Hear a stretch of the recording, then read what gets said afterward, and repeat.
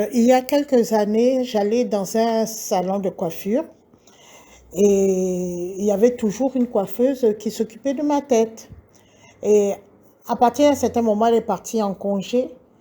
La patronne m'a octroyé une autre coiffeuse. Bon, c'est comme un salon de coiffure, il y a plusieurs coiffeuses et il est assez grand. Et la patronne m'a octroyé une autre coiffeuse.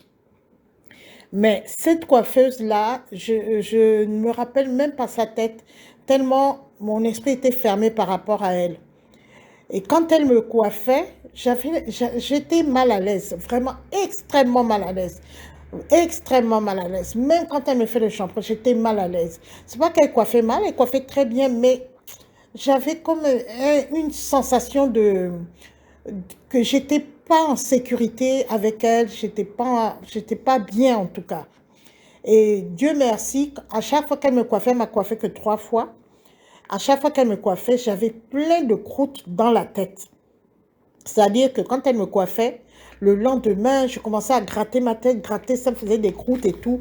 J'étais même obligée de mettre deux fois de l'alcool pour sécher les croûtes et tout. C'est affreux, c'est affreux. Donc, je mettais ça entre les raies et tout, parce que moi, je me coiffe toujours en tresses. Ce sont des tresses que je fais. C'est pas qu'elle serre trop fort et tout, non. Mais sa main, ça ne me va pas. Son esprit, ça ne me va pas.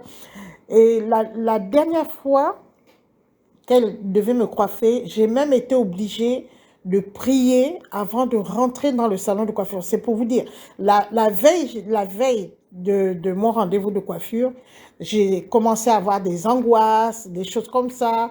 Je me suis dit, non, vraiment, docteur Nadine, tu exagères, c'est peut-être toi qui te fais des films et tout. Mais au fur et à mesure que l'heure approchait d'aller au salon de coiffure, je me suis dit, non, il faut que j'aille avec la Bible. Et tout le long du moment de la coiffure et tout, j'étais avec ma Bible, je lisais ma Bible. Chose que je ne fais jamais dans les salons de coiffure. Mais je me suis sentie tellement en insécurité avec cette coiffeuse que j'ai dit, quand j'ai fini la coiffure, j'ai appelé la patronne à part. Elle m'a fait rentrer dans son bureau. Je lui ai dit, plus jamais cette demoiselle va me coiffer. Elle m'a demandé pourquoi. Moi, je lui ai tout expliqué. J'ai dit, je suis désolée, je ne me sens pas à l'aise avec cette fille. Elle coiffe très bien, mais je ne me sens pas à l'aise. J'ai l'impression d'être dans l'insécurité. Vous-même, vous m'avez vu que j'étais avec la Bible, chose que je ne fais jamais. Avant de venir, je lui ai tout raconté. Hein. J'étais angoissée et tout. Je ne me sentais pas bien et puis j'ai eu la tête qui gratte et tout, etc. Vous voyez ce genre de fille-là? Je reste persuadée, je ne peux pas jurer, mais je suis sûre et certaine que cette fille-là, elle travaille avec des esprits maléfiques. C'est-à-dire qu'elle est allée chercher des trucs, des esprits maléfiques. C'est après que j'ai appris que cette fille, c'était la cousine de la patronne. Et moi, après, je ne suis plus retournée dans le salon de coiffure. Bizarrement, à cause de ça, je ne suis plus retournée. Pourtant, ils coiffent très bien là-bas. Mais j'ai appris que cette fille, c'était la cousine de la patronne. Et quelque chose m'a dit, je ne peux pas jurer non plus, mais j'ai eu l'impression que cette fille-là, que la patronne a fait venir, peut-être pour aider sa cousine et tout, elle va tout faire pour prendre le salon de sa patronne. Elle va tout faire pour prendre le salon de sa patronne. Ça, je n'en suis pas encore là, parce qu'il n'y a pas longtemps que j'ai quitté ce salon.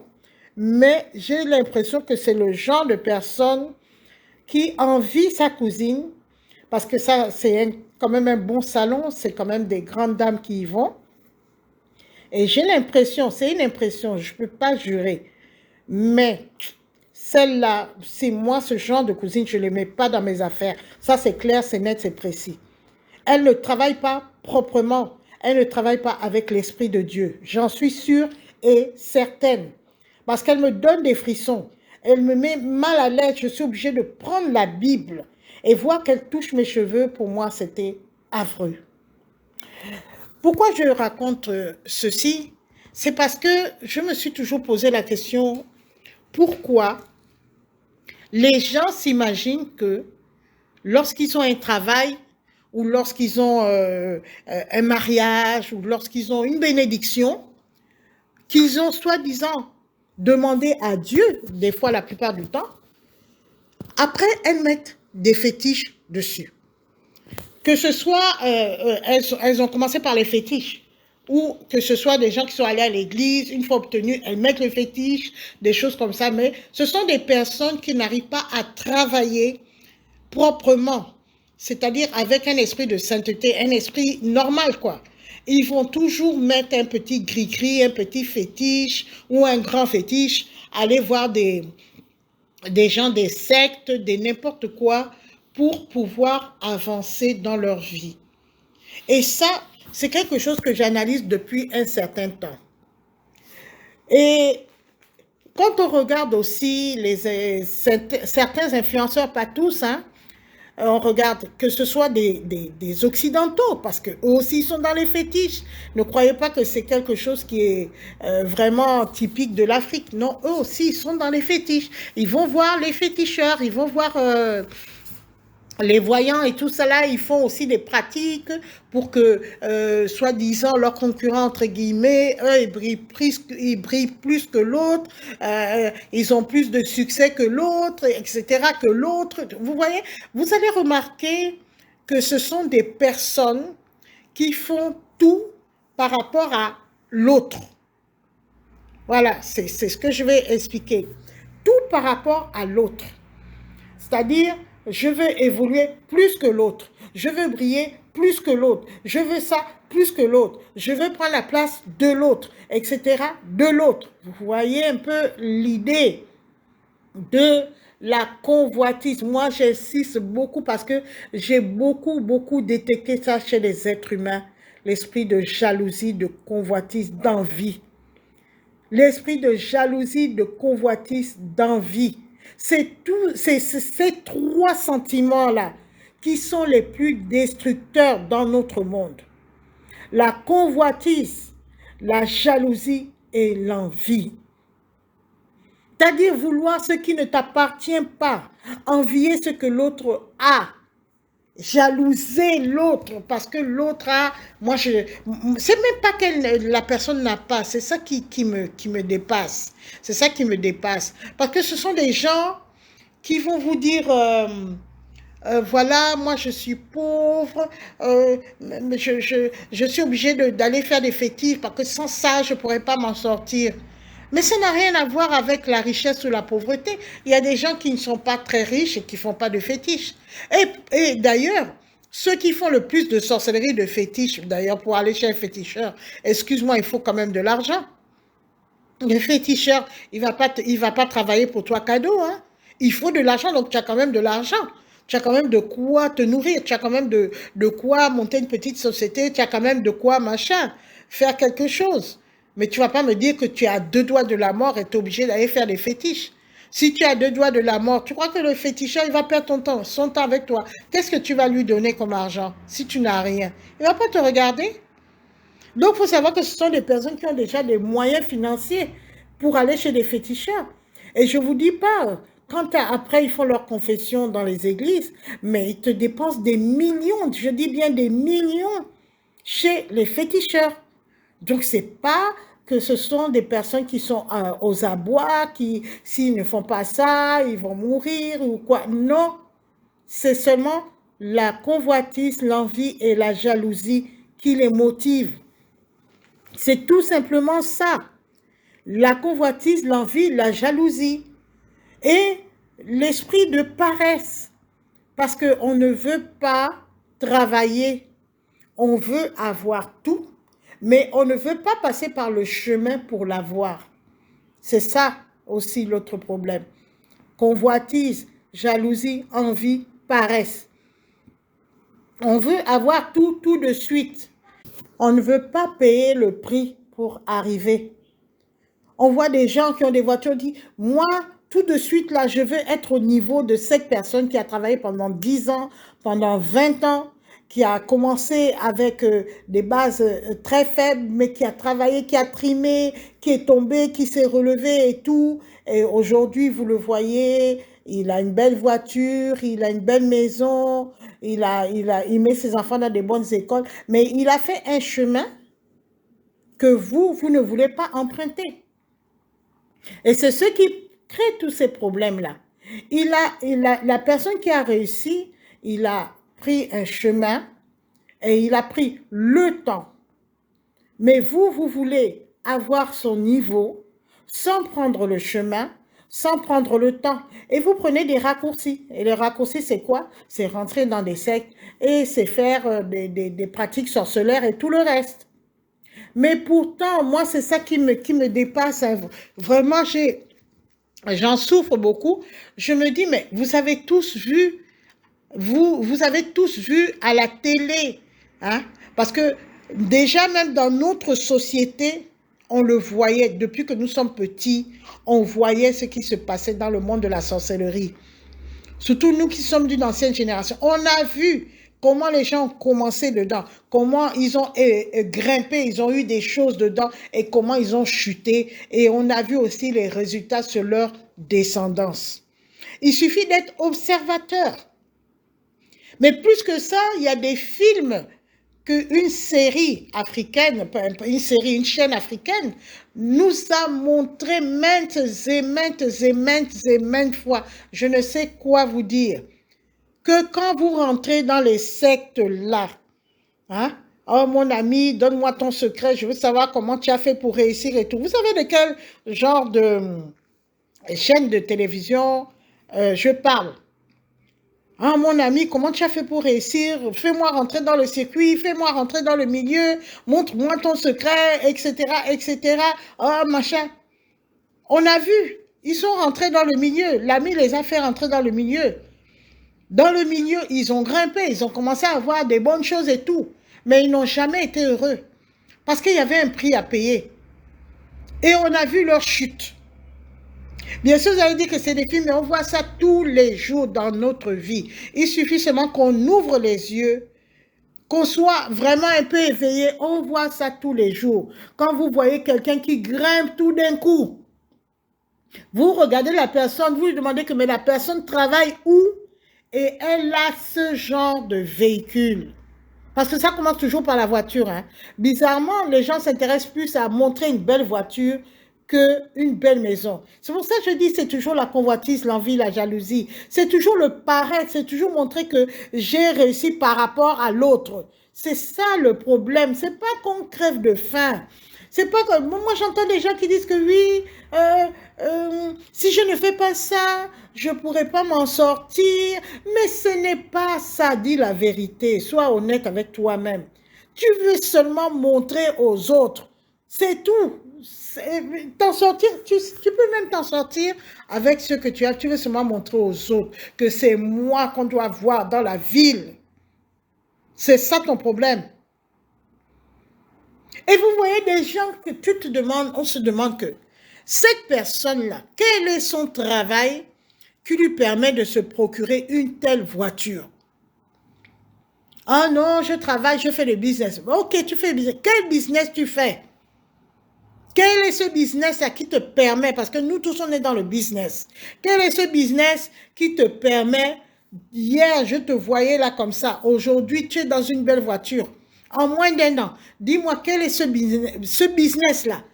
Parce que je connais des business, des gens qui font du business, des femmes qui font du business, je vois comment elles travaillent, je vois comment ces personnes-là vraiment voyagent pour aller chercher les marchandises, pour faire ceci, pour négocier, comment ils sont tout le temps des fois en sueur et tout, comment... Tu ne peux pas faire le business et on ne te voit pas faire le business, c'est impossible. Qu'est-ce que tu fais comme business?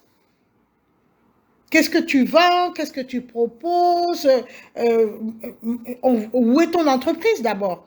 Il y a beaucoup de gens, ils sont incapables de dire le nom de leur entreprise, même si tu travailles à la maison.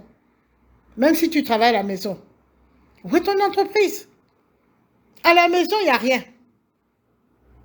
L'entreprise, il n'y a pas. Numéro même de téléphone professionnel, il n'y a rien. Mais tu dis que tu fais le business. On ne te voit jamais avec des marchandises. On ne te voit jamais dans un bureau. On te voit toujours dans les grands restaurants. Peut-être c'est ça ton business. On te voit toujours dans les grands restaurants. On te voit toujours dans les grandes réceptions. Mais quel est ce business-là? Non, non.